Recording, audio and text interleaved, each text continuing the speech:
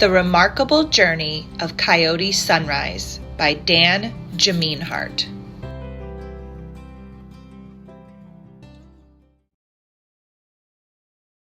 Chapter 1.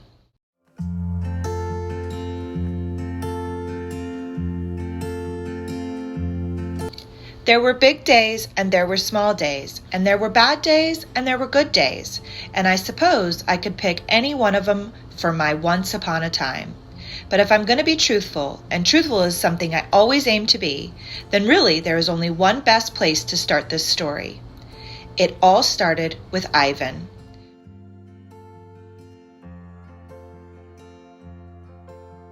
Once upon a time, it was hot and I was sweaty. It was about 5 months before my 13th birthday, give or take. We were someplace in Oregon. Honestly, I don't even remember the name of the town, but I know it was on the dry, hot side of the state, away from the ocean. The whole world was so yellow and shining from the beating down sun that you had to squint no matter where you looked. The blacktop of the gas station parking lot radiated the heat right back up to you, so it felt like you were getting cooked from both sides. I suppose most barefoot people would have been hooting and hopping with that sizzling asphalt burning the bottoms of their feet, but my soles were used to it, and I walked along easy as you please. My t-shirt was stuck with sweat to my back. The braid that hung down nearly to my blue jean belt loop slapped wetly against it as I walked. The man behind the counter looked at my bare feet and started to say something. "Miss, you can't," but I knew where he was going with it before he started. That tyrannical, no shoes, no shirt, no service rule is pretty darn universal in America's gas station convenience stores. I just waved at him and cut him off. I know, I said, and kept walking. "I'll only be a minute." I'd never been in that particular gas station before, but it was exactly the same as every other one. So really, I'd been in it a million times. Rows of plastic-wrapped junk food, walls lined with glass-doored coolers full of pop and beer and flavored iced teas. I walked past the metal racks of beef jerky and candy bars to the pot of gold at the end of my rainbow, the slushie machine. There it was, humming in the corner next to the coffee dispenser and soda fountain. My mouth started watering as soon as I saw that neon-colored sugar slush swirling around under the big plastic dome. There was a kid standing in front of it, looking up at the churning slurry with desire written plain and clear across his face. He was 7 or 8 and staring up at the left flavor, which was an unlikely pinkish color, labeled Wild Watermelon. "Big mistake," I said, walking up next to him and grabbing a cup from the pull-down dispenser. He jerked his head to look at me. "What is?" I nodded with my chin at the slushie he was coveting. "Watermelon. That's a no-go. Never waste your time with anything that claims to be watermelon or banana flavored. It's a scam every time." He squinted at me, clearly unconvinced. "Doesn't matter anyway," he said. "My mom already said no." He threw his head back dramatically. "But I'm so hot." I yanked down another cup and held it out to him. "Here," I said, "my treat." The kid's face lit up. "For reals?" he asked. "Yep." But then his face dropped again just as quick. "But Mom said no. I'll probably get in trouble." I shrugged. "You're probably going to get in trouble at some point today anyway. You may as well get a slushie out of it." He thought about that for a real short second and then snatched the cup from my hand. "But I really would think twice about getting watermelon," I added. My advice fell on deaf ears, and in a flash he was pulling down the knob and squirting glistening pink slush into his cup. I filled mine with the other flavor, funky fruit punch, which was the superior choice in every respect. The kid looked me up and down as we walked toward the cashier. "You're wearing weird clothes." I looked down at my raggedy blue jeans and grease-stained white t-shirt.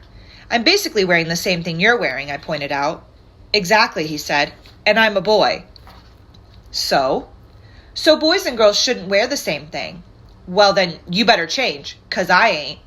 He had nothing to say to that, which was probably the right move on his part, since I hadn't paid for his slushie yet. I ignored the hostile, good riddance look on the cashier's face when I paid. Like hot asphalt on bare feet, it was something I was used to.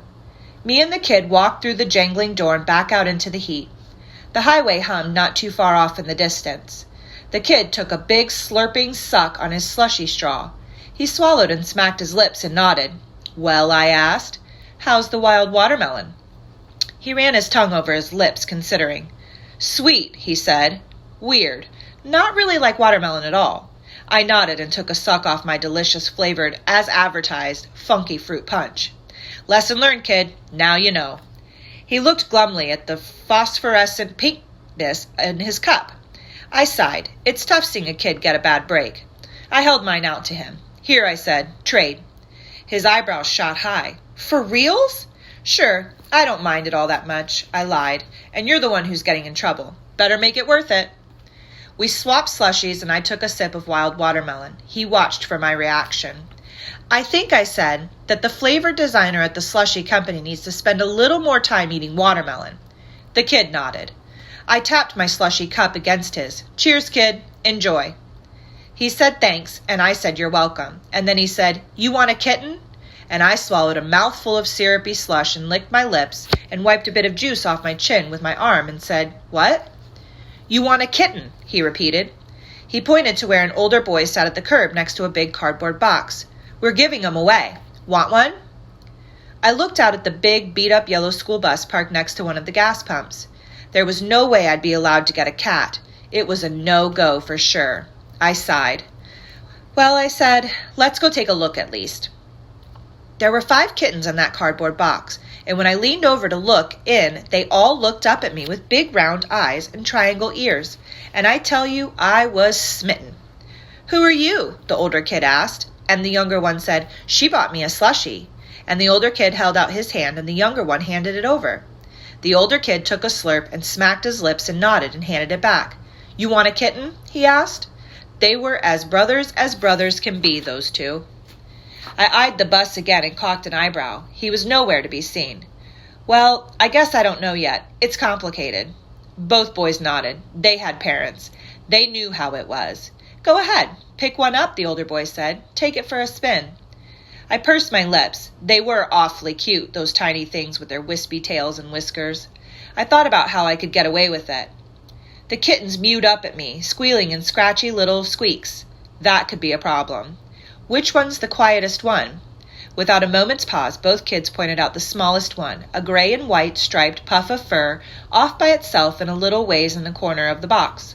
Something's wrong with that one, the younger kid said. The other ones never shut up, but that one hasn't made a peep since it was born.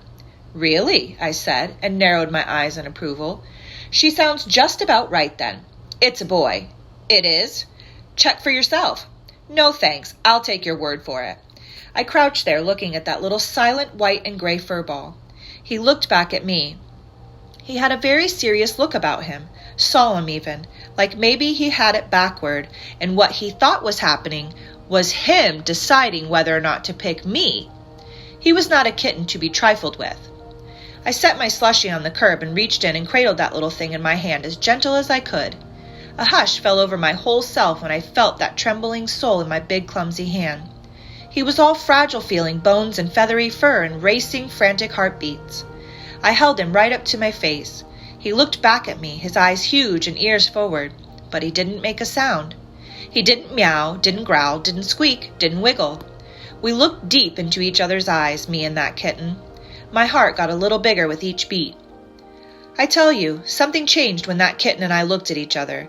Something big. Either something in the universe that had been sitting still for too long started moving again, or something that was moving finally fell still.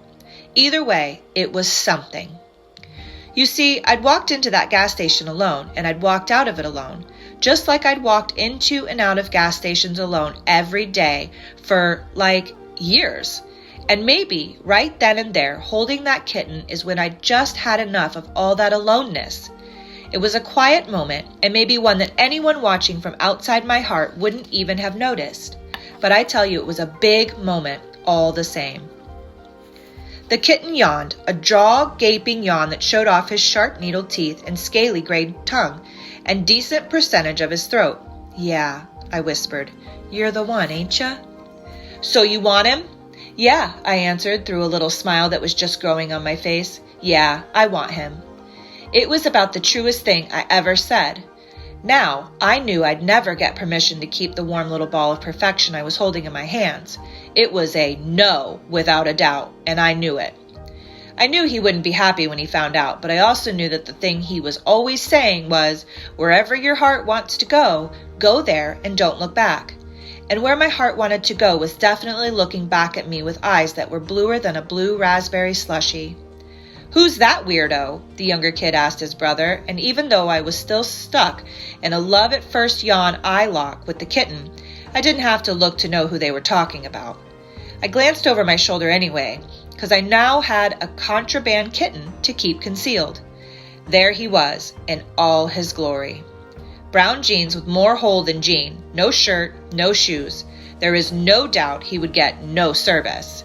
Skinny, with bony shoulders and ribs poking out all over the place. Long, shaggy hair pulled back with a bandana. A big, bushy beard that hung down almost to his collarbones. He was scraping all the bug corpses off the bus's windshield with the little squeegee on a stick that gas stations keep by the pumps, and he was half dancing and whistling while he did it. He looked totally funky fruit punch, which he was, so, again, flavored as advertised. "That," I answered, lowering the kitten to my belly to keep him out of sight, "is Rodeo." Both kids squinted up at me. "He's my dad," I added. "That dude's your dad?" "Yup." I lowered my face and my voice and whispered, "But don't tell him that, okay?" Both boys nodded with their serious, syrup-stained faces. They were the kind you could trust, those brothers. I looked back at the bus, that kitten pressed up against my t-shirt. Rodeo was doing his cleaning shuffle all around the front of the bus. If I was going to make this kitten in my hand a kitten in my bus, I was going to need help.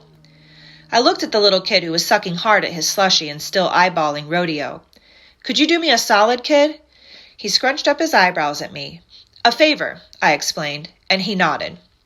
"You see those back windows on the bus with the curtains that got stars on them? Yeah, that's my room. I need you to—" "That's your room? Like your room? "Sure." "You live on that bus?" "Yeah, so?" "I never knew no one who lived on an old school bus." "Well, you can't say that anymore, can you?" I handed the kitten over to him, gentle as could be. "Here's the deal. Ain't no way Rodeo is going to say yes to this kitten. Yet, anyway. So I'm going to go ahead and get on and go to my room. Meet me with the kitten at my window on the other side in like a minute, okay?" The kid looked at his brother. His brother shrugged and nodded. The kid looked back at me. "So me and you both are going to get in trouble today, huh?" I grinned at him. "Guess so. But heck, if kittens and slushies aren't worth getting in trouble for, what in the world is?" I grabbed my sunglasses from where they were hanging off my t-shirt collar. They were big, huge, round, brown things with thick plastic frames, $1 at a New Mexico flea market, and worth every penny. I slid them on, turning the lights down on the world. "You ready?" "Sure." I sauntered up to the bus, sipping at my watermelon slushie like I didn't have a care in the world. Rodeo looked over at me when I swung open the accordion door. He was scraping at a grasshopper leg with his thumbnail, his tongue out in concentration. "No bananas?" he asked. "No, sir," I said with a little salute, though to be truthful, I hadn't remembered to look. "Well, shoot," Rodeo said, and then flashed me that toothy smile that I could never help but smile back at. "On to the next stop, then."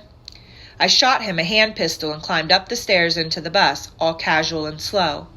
I walked past the rows of seats and Rodeo's little bed and then on through our living room, past the bookshelves bolted to the wall and the couch bolted to the floor, and the garden of plants growing in planters bolted under a window. Through the windows I saw the kid walking toward the back of the bus, his hand covering a little lump under his shirt, his walk as easy and smooth as my own. He didn't even look in Rodeo's direction. He was a natural, that kid. I pushed through the curtains into my room. It was hot and stuffy back there, but once we got rolling, it had cooled down. I went straight to the window and pulled the curtain to the side. There was the kid, looking up at me with his mouth open and his hands full of Kitten. I pinched the latches with both hands and slid the window down with as quiet a clunk as I could manage. The kid reached up and held the kitten high.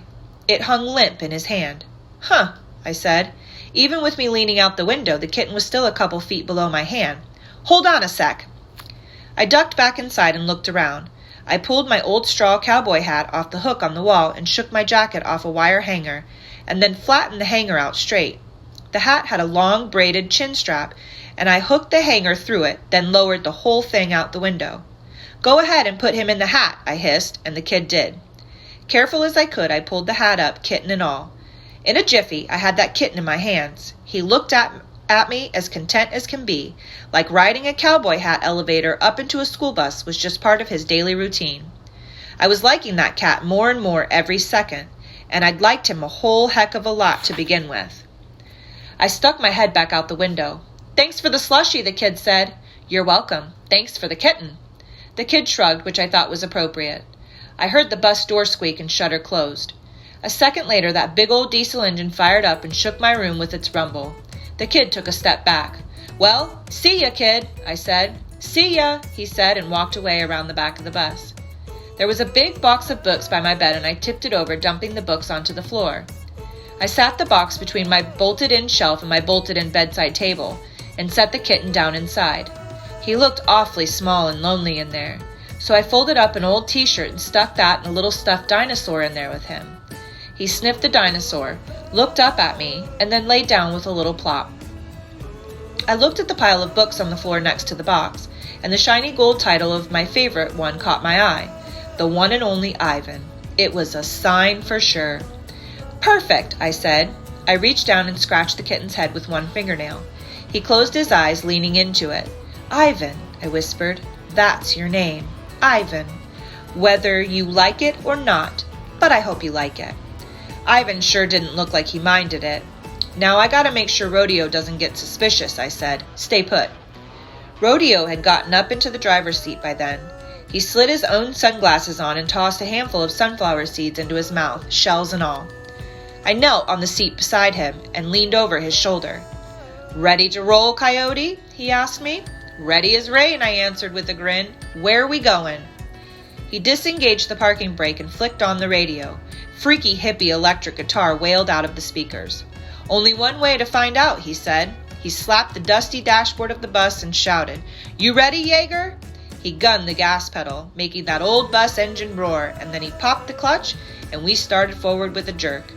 His head bobbed to the music, and his lips pursed as he worked on tonguing those seeds out of their shells. "Give me a howl, Coyote," he hollered through his mouthful of seeds. I threw my head back and howled, a high and happy coyote wail that echoed off the riveted metal roof.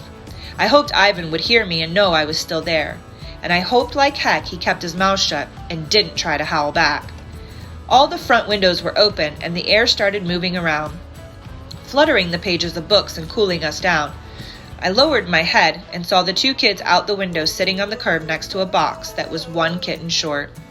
They were both looking at me with curious wrinkles on their forehead. The little one was back to sucking on my funky fruit punch slushie. I shrugged at them, the most fitting gesture, I thought, and threw them a big wave. They waved back in unison. Good kids, those two. The kind of kids you almost wouldn't mind seeing again. We pulled out onto the highway, and the engine growled as it struggled up to speed. The black ribbon of road stretched out forever before us, just like it always did. I took a sip of my slushie and nodded my head along with Rodeo's to the beat of the music. I had a kitten, which definitely meant I had a problem. But heck, I already had problems. And now I also had Ivan. And that sure seemed like an improvement either way.